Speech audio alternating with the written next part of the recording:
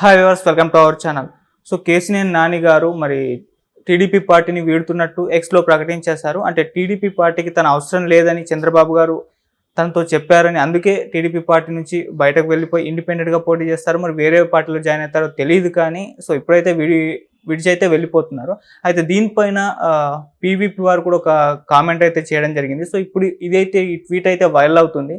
So ఇంతకు ఆయన ఏం కామెంట్ చేశారు, ఎందుకు వెళ్ళిపోతున్నారు, సో ఈ అంశాల మీద డిస్కస్ చేయడానికి ప్రజెంట్ మనతో పాటు సీనియర్ జర్నలిస్ట్ జయదేవ్ గారు ఉన్నారు. వారితో ఒకసారి డిస్కస్ చేద్దాం. నమస్కారం సార్. నమస్తే సార్, మన కేసినేని నాని గారు 10 ఏళ్ల పాటు టీడీపీలోనే ఉన్నారు. సో ఇప్పుడు చంద్రబాబు గారు అంటే పార్టీకి తన అవసరం లేదు, వేరే వారికి కొత్త వారికి అవకాశం ఇద్దాం అని అనుకున్నారు కాబట్టి ఇప్పుడు ఈయన పార్టీని వీడుతున్నట్టు మన ఎక్స్లో ప్రకటించేస్తారు. మరి దీనిపైన మీ ఒపీనియన్ ఏంటి? అంటే కేసినేని నాని గారు చాలా ముక్కుసూటి మనిషి అని నేను విన్నది. తర్వాత చాలా ఆవేశపరుడు, ఏదైనా తప్పు చేసినా కూడా బాగా పాయింట్అవుట్ చేసి గట్టిగా మాట్లాడే వ్యక్తి. అంటే లైక్ ఇప్పుడు బాలయ్య గారు ఉన్నారు, బాలయ్య కూడా అంతే కదా. అంటే ఎదుటివాడు మిస్టేక్ చేస్తేనే కదా వీళ్ళు కోపం వస్తుంది. కామన్ సెన్స్ కానీ ఉపయోగించకపోతేనే ఎవరికైనా చిరాకు వస్తుంది.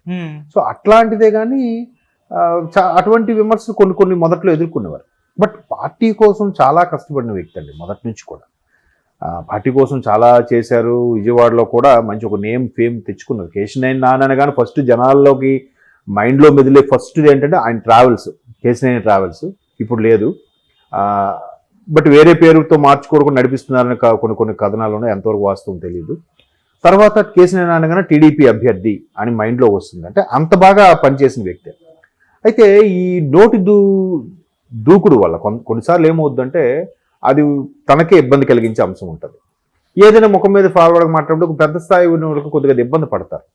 సో అట్లాంటి సందర్భంలో విజయవాడ సిటీ రాజకీయాలకు సంబంధించి కానీ, లేదంటే కృష్ణా జిల్లా రాజకీయాలకు సంబంధించి కానీ ఈయన బాగా చొరవగా అన్నిట్లోనూ దూరి ఏదో మాట్లాడుతున్నారు అన్నట్టుగా అధినేతకి కొంతమంది చంద్రబాబు గారికి ఇన్ఫర్మేషన్ ఇచ్చారని, అందుకు ఆయన గతంలో ఢిల్లీలో ఒకసారి కలిసినప్పుడు ఈ సమన్వయ కమిటీ ఏదైతే ఉందో అందుకు సమన్వయం పరుస్తూ వెళ్ళాలి, నువ్వు అందరిగా ఆవేశపడితే కుదరదు, అలా కాకుండా గమ్ముగా ఉండు, నీ వ్యవహారం నువ్వు చూసుకో, ఎవరిని డిస్టర్బ్ చేయకు, వీలైతే లోకేష్తో సమన్వయం ఉంటే తనతో జర్నీ చేయడానికి ట్రై చేయన్నట్టుగా చెప్తే, మరి ఈయన ఎందుకు లోకేష్ గారితో చేయడానికి ఎందుకు ఇబ్బంది పడ్డారో, లేదంటే అందరితో సమన్వయం అవ్వడానికి ఎందుకు మొహమాట పడ్డారో, లేదంటే నచ్చలేదో, లేదంటే నేను సీనియర్ని నేను వాళ్ళ దగ్గరికి వెళ్ళి చేయడం అనుకుంటున్న, మొత్తానికి బాబు గారు చెప్పిన సూచనలు ఏవి ఫాలో అవ్వలేదు కాబట్టే ఇంకా చూసి బాబు గారే బాబు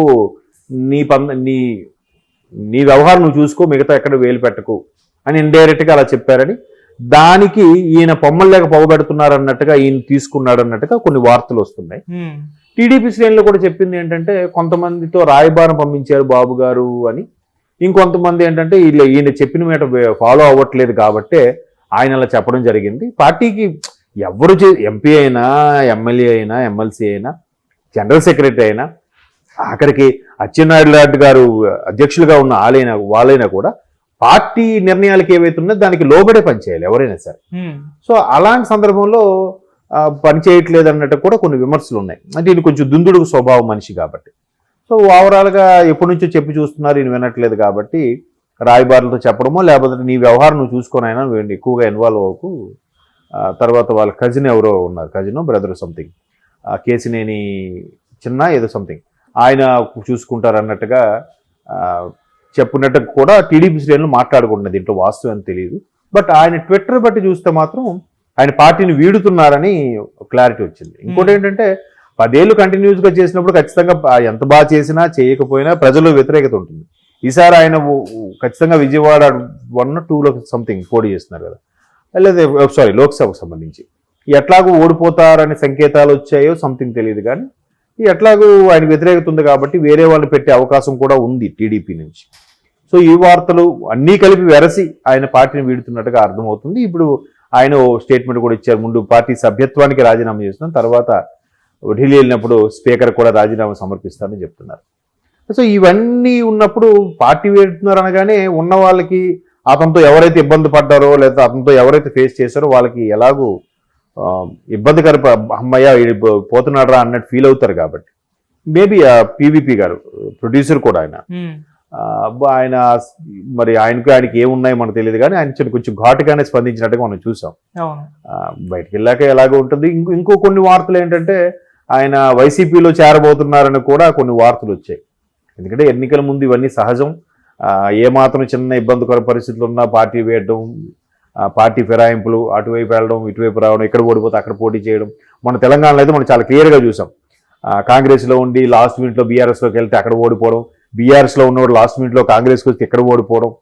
కొంతమంది 10 ఏళ్ళుగా కాంగ్రెస్లో ఉండి లాస్ట్ మినిట్లో బీఆర్ఎస్కి వచ్చి ఓడిపోయిన కూడా ఉన్నారు చాలామంది. ఆ కాంగ్రెస్లో ఉంటే బాగుండేదేమో. సో అట్లాగే ఇక్కడ కూడా 10 ఏళ్ళుగా ఆయన నుండి ఒకసారి అటు వైసీపీలోకి వెళ్ళడం.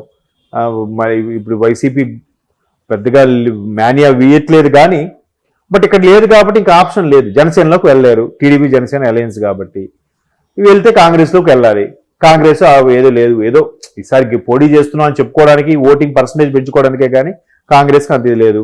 వైసీపీలోకి వెళ్ళాలి. వైసీపీలో టికెట్ ఇస్తారు లేదో చూడాలి. ఎందుకంటే పక్కా టీడీపీ వ్యక్తి అనే విషయం ఉంది కాబట్టి అక్కడ జగన్మోహన్ రెడ్డి గారు ఆదరిస్తారో లేదో చూడాలి. బట్ వైసీపీ నుంచి కూడా కన్ఫర్మ్ అయ్యింది. అందుకే ఈయన ఇక్కడ అంత నిక్కచ్చిగా, అంత నిర్భయంగా, ఓపెన్ గా ట్విట్టర్లో కామెంట్ చేశారన్నట్టు కూడా కొన్ని వార్తలు వస్తున్నాయి. చూద్దాం, మనం కొద్ది రోజులు ఓపిక పడితే సంక్రాంతి తర్వాత అన్ని క్లియర్ కట్ అయిపోతుంది. ప్రతి క్వశ్చన్ కూడా ఆన్సర్ వచ్చేస్తుంది. ఓకే, అంటే సార్ వైసీపీ ఖాళీ అయిపోతుంది. సో అంటే వాళ్ళ మీద, కార్యకర్తల మీద, ఎవరి మీద అయితే ప్రజల దగ్గర నుంచి విమర్శలు ఉన్నాయో వాళ్ళని ఎందుకు మన జగన్మోహన్ రెడ్డి గారు చేర్చుకుంటారు?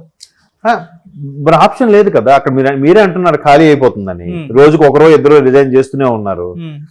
ఖాళీ అయినప్పుడు అక్కడ నుంచి పోటీ చేసే వాళ్ళు ఎవరు? చాలా మంది వైసీపీ వాళ్ళు కూడా ఎవరికైతే టికెట్ కన్ఫర్మ్ అయింది అనుకుంటున్నారో వాళ్ళు కూడా మాకు ఇవ్వకపోతేనే బెటరా బాబు, బీఫార్మ్స్ మాకు ఇవ్వకపోతేనే బెటర్, మేము ఏదో కాముగా ఉంటాం, మా మానాన్ని మేము మళ్ళీ బిజినెస్ ఏవో చేసుకుందాం అని తలంపులో చాలా మంది ఉన్నారు. సో అట్లా సైడ్ అయిపోయి ఉన్నప్పుడు ఇట్లాంటి వాళ్ళు వెళ్తే ఆదరిస్తారు కదా, తీసుకుంటారు కదా. ఎలాగైనా ఏదో కొంతలో కొంతైనా ఓటు చీలుతుంది కదా. ఈ ఎట్లాగో కొద్దిగా పైసలు ఖర్చు పెట్టాలి, ఏదో చేస్తే గెలుస్తామని ఎవరికైనా మనిషి ఆశ ఉంటుంది కదండి. వరల్డ్ కప్లో చిన్న చిన్న కంట్రీస్ కూడా ఓడిపోతామని తెలుసు. సరే పార్టిసిపేట్ అనేది చేద్దామని నాకు చిన్న ఎక్కడో ఏమో మేబీ ఆల్అౌట్ అయిపోతే లాస్ట్ బాల్కి 6 కొట్టేస్తే ఇలాంటి ఆలోచనలు ఉంటాయి కదా, ఆశ.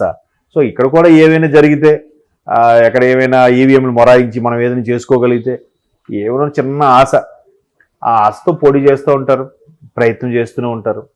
అట్లా జరిగితే జరగచ్చు, చూద్దాం. అదే అంటున్నాను కదా, సంక్రాంతి తర్వాత ఇంకొన్ని టికెట్లు బయటకు వస్తాయి. బయటకు వచ్చినప్పుడు ఖచ్చితంగా ఇప్పుడు కేసీఆర్ గారు అందులోకి వెళ్తారో లేదా ఇండిపెండెంట్ పోటీ చేస్తారో ఏమైనా క్లారిటీ వస్తుంది.